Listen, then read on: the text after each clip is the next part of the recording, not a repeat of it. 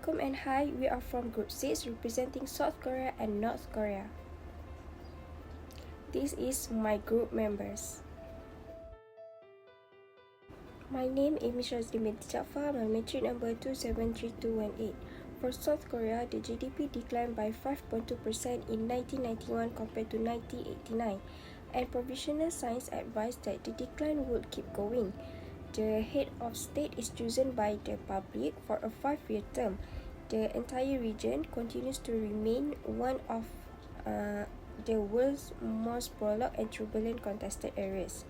Next, for North Korea, the Australian government forecasted 1.3% growth in 2017, while the South Korea government forecasted negative 3.5%. So, North Korea government budget earnings scheme surpassed 1.4% in 2018, representing 4.6% increase over the previous year. Although the North Korean legislation validly assures access to justice, in practice, freedom of speech and expression is severely limited, and the government strictly monitors the lifestyles of North Korean netizens. And North Korea keeps seeing itself as part of an international political movement. That's all from me. Now we move to the next presenter. Thank you, Amy. My name is Turga Devi, daughter of Bhuvaneswaran, and my metric number is 273415. Now I'll be representing about the financial crisis faced by South Korea and also North Korea. South Korea is demanding higher education as well as the construction of a motivated as well as an intelligent citizen.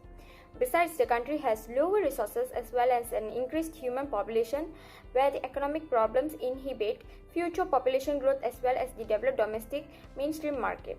Plus, South Korea, in reaction to fueling its economy, has embraced an export-oriented economic policy where in 2019, South Korea was the world's eighth largest exporter and importer.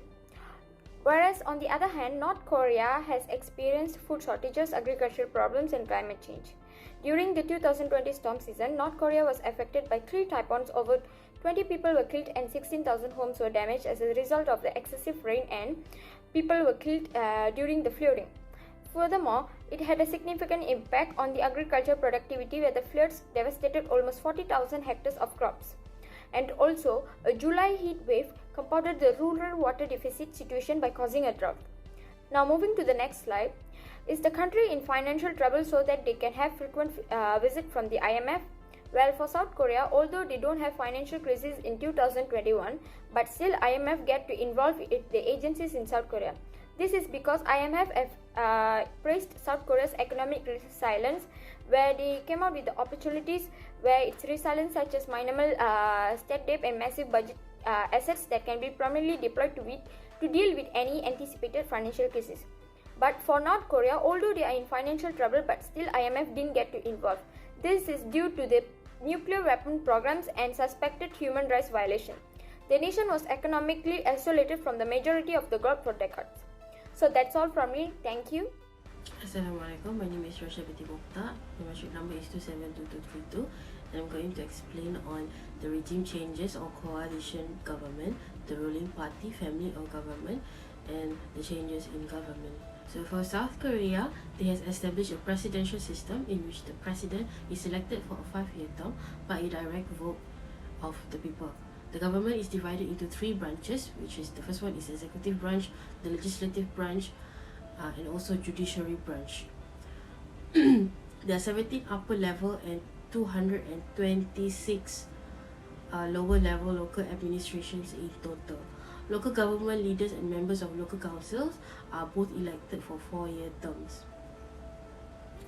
So for North Korea, it is governed by a single person, and this is a dictatorship. The leader has complete control over all policies and laws, and the system is unitary as well because the country's authority is centralized. In the North Korean government, the cabinet is the administrative and the executive body. Maintaining a militarized society has been crucial to regime stability, serving as a defense against perceived foreign threats as well as a tool for internal security. That's all from me. I'm going to pass to the next presenter for further explanation. Assalamualaikum and good day to Dr. Hasniza. My name is Nur Shimimi Husna binti Yaakob and my metric number is 273832. So I'm going to continue the presentation with the internal or regional crisis of South Korea and North Korea, and also the impact of China's Belt and Road on both countries. So for South Korea, there are still substantial human rights issues that remain unresolved. So one of the most prominent forms of discrimination encountered by women in South Korea is economic benefits. So the Glass Ceiling Index stated that the country ranks last in the world with a 35% pay discrepancy between men and women. So this shows that gender disparity not only harms women in many aspects of their life, but it also harms the economy of South Korea. So for North Korea, it was the one of the most oppressive government in 2020, as the country grew more isolated because of border closures and also travel restrictions due to COVID-19. This regulation greatly harmed people's ability to obtain food, medicine, and also other essential necessities. So the impact of China's Belt and Road on South Korea is that it helped South Korea in overcoming these contradictions and also satisfy their people long yearning by connecting with North Korea. It also helped South Korea and North Korea to reduce tensions by developing shared economic prospects. So as for North Korea, the isolated state is desperate for outside investment, particularly in infrastructure. So this Belt and Road Initiative is the ideal solution to this problem, as China was Pyongyang's major trading partner in the past. So BRI gave an impact on North Korea by assisting with the construction of railways, ports, and also other infrastructure, as the NK News reported that North Korea is seeking more than 7.7 million in investment. I think that is all from me. Thank you. My name is Nur Elizabeth Adramai, meeting number 273269. So I will continue with presenting about anti-money laundering and geographical location with high risk. So anti-money laundering or AML compliance program help business as well as those entities identified in government regulation, such as money service business, undercover suspended activity associated with criminal act, include money laundering and terrorist financing.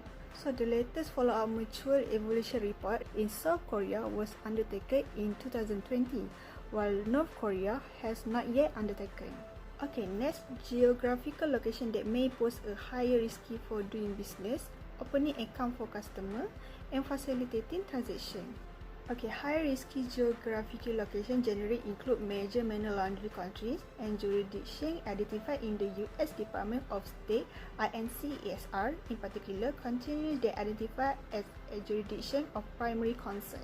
South Korea was deemed a jurisdiction of concern by the U.S. Department of State in 2016. So from the report, South Korea has an advanced economy that is dominated by a larger industrial company. It is not an official urban center. Most money laundering in South Korea is related with domestic criminal, official corruption, and anti-Korean living abroad. Drug smuggling in South Korea has increased in recent years. Same goes for the North Korea, but has not been included since 2017. From the last report, North Korea has history of involvement in currency counterfeiting, drug trafficking, terrorist financing, and the laundering of related proceeds.